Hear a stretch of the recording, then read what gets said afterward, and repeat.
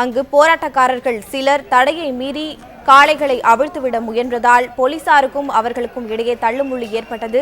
அந்த காட்சிகளை தற்போது பார்த்து கொண்டிருக்கிறோம். இது பற்றிய கூடுதல் தகவல்களை தருகிறார் நமது செய்தியாளர் சரவணன். சொல்லுங்க சரவணன்.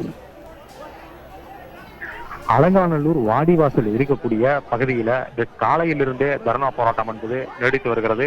போராட்டக்காரர்களுடைய எண்ணிக்கை ஒரு நேரத்திற்கும் கூடி வருகிறது. 1000த்திற்கும் மேற்பட்ட இளைஞர்கள் தொடர்ந்து தர்ணா போராட்டத்தில் ஈடுபடுவதன் காரணமாக அவர்களை கட்டுப்படுத்த முடியாமல் போலீசார் திணறி வருகிறார்கள்.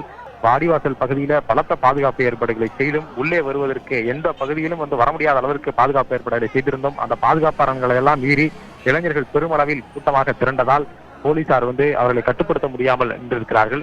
இந்த நிலையில கூடுதலாக அவருக்கு மேலும் பல்வேறு பகுதியில் இருந்து இந்த ஜல்லிக்கட்டு போராட்டத்திற்கு ஆதரவாக தொடர்ந்து கொண்டிருக்கிறார்கள். அதாவது அலங்காநல்லூர் வரக்கூடிய அனைத்து வழிகளிலுமே தடுத்து வாகனங்கள் வரக்கூடியவர்களை முழுவதுமாக தடுத்து அதை சோதனை சாவடி மூலமாக வாகன உள்ளவர்களெல்லாம் நிறுத்தியிருந்தாலும் பல்வேறு கிராமங்கள் வழியாக உள்ளே இளைஞர்கள் தொடர்ந்து போராட்டத்தில் ஈடுபடுவதற்காக ஆதரவு தெரிவித்து வருகிறார்கள்.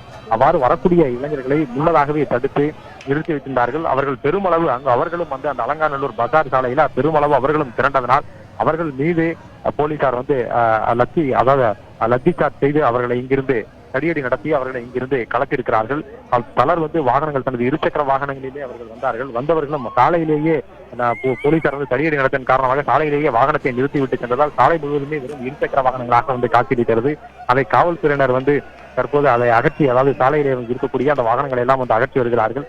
மேலும் ஒரு பகுதியினர் காளைகளை இங்கே தடையை மீறி காளைகளை விடுவதற்கும் முயன்ற போது அவர்களையும் கண்காணித்து வந்த போலீசார் அவர்கள் மீது தடியடி நடத்திருக்கிறார்கள்.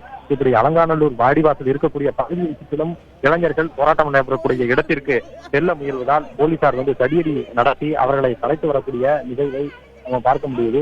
கூடுதலான காவல்துறையினர் காலையில் 1500 போலீசார் மட்டுமே இருந்தார். தற்போது கூடுதலாக காவல்துறையினர் வரவழைக்கப்பட்டு வரக்கூடிய கூட்டத்தை கட்டுப்படுத்த முயன்று வருகிறார்கள். இருப்பினும் போராட்டமானது உள்ளே அந்த வாடிவாசல் அருகே நடத்தக்கூடிய அந்த போராட்டமானது மிகவும் தீவிரமடைந்திருப்பதனால இன்னைக்கு ஆதரவு தெரிவித்து பல்வேறு பகுதிகளில் இருந்தும் தொடர்ந்து இளைஞர்களும் மற்றும் ஜல்லிக்கட்டு ஆதரவாளர்களும் வந்து கொண்டிருக்கிறார்கள்.